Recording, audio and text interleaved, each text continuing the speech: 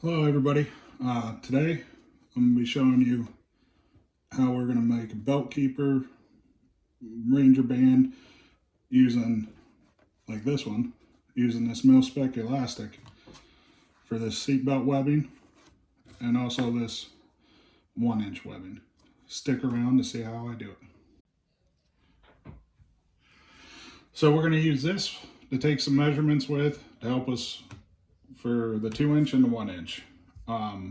This one came off my, I believe it's an 1.5 inch carry belt, what I use for my belt every day. It's stiffer, it's from Click Belts, it's really nice, very comfortable.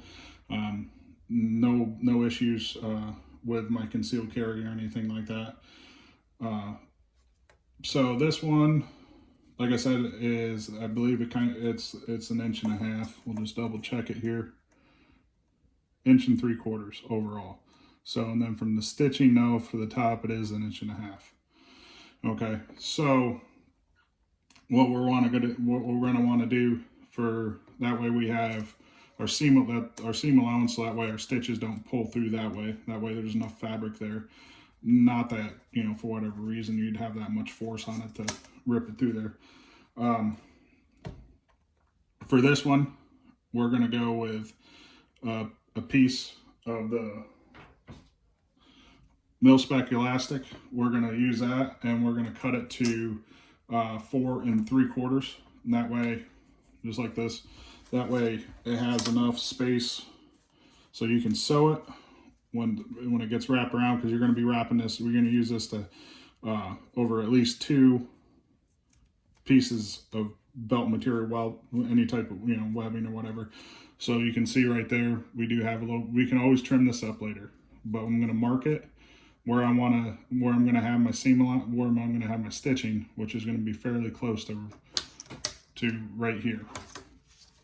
So this one is 4 3/4, and then for the 1-inch webbing, we're going to have 2 3/4. You'll be able to see that. Take it, you fold it over.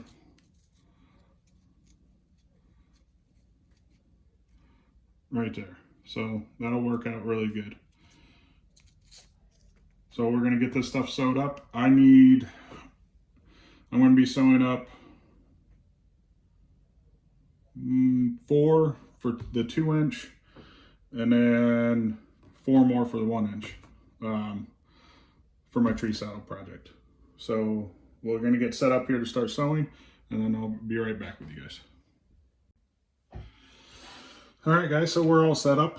I got my 2 pieces here. This is what I'm just going to sew for right now to show you guys. This is for the 2-inch webbing, and this is for the 1-inch. You can, I'm not sure if you can see, but I got it marked right there with a white line on both of them. That's going to be my stitch line. I am using V92 thread in this with a size 20 needle, just so if you're curious. So biggest thing is just make sure you get your needle lined up with your stitch line where you want your stitches. You could also put if you wanted to, you could always put a seam guide like this. I have this magnet, and then I can line this up with on the piece of metal here, whether it's it's magnetic and it is strong. You can line it up, and that way you don't have to mark it every time. You just basically fold your ends, meet them even, and then you can just go through and sew it, and then you don't have to worry about marking it, because it'll give you your same stitch line every time. I believe it was just like a couple bucks, probably like 4 or 5 from fabric store, so it's not that big of a deal. So what we're gonna do a bar tack on these, and I'm basically gonna go back and forth a couple times, and that should give us plenty of strength. And then with this one, I might trim it up a little bit as far as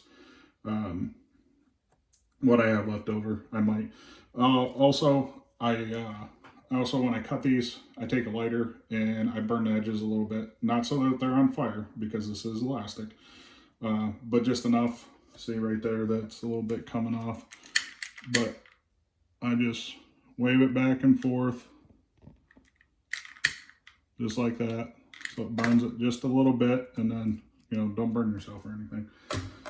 And that way it keeps it from unraveling. So we got press your foot down. Always remember to do that, because otherwise you'll create a bird's nest under there. We're going into forward position right now. Always make sure you have tension on your thread before you start it, unless you bury your needle and unless you crank it by hand and bury your needle a couple times. This will also prevent getting bird's nest in the bottom. So we're going to start, reverse it, and then I'm coming back down and reversing it one more time.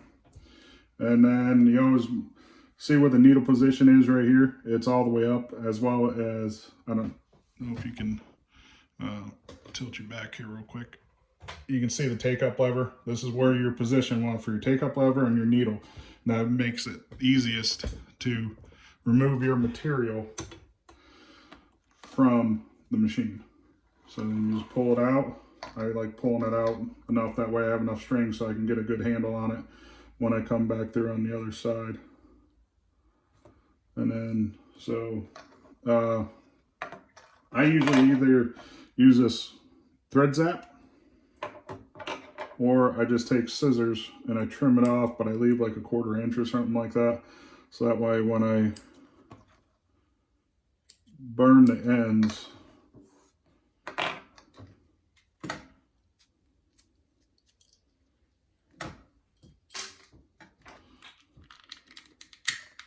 like that, and I just press the lighter into it, that way I don't burn myself, like that. So that one's done. We'll check the fit.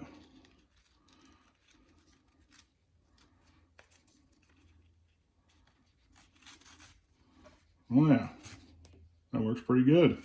This is on 2 layers I sewed together, getting my tension correct for when I sew for this big webbing for my saddle. So that one's down, and we'll sew up the little 1 inch, and that's pretty much it for this little one. So if you guys like what I'm doing, if you don't mind, like, share, and subscribe. If you have any questions, comment below, and I'll do the best I can to get back with you. I usually do. I think the other day I had somebody comment on another video, and I think that video was from 2 years ago, you know. So I have no problems helping anybody out that wants it. So I appreciate you guys watching, and I'll see you next time.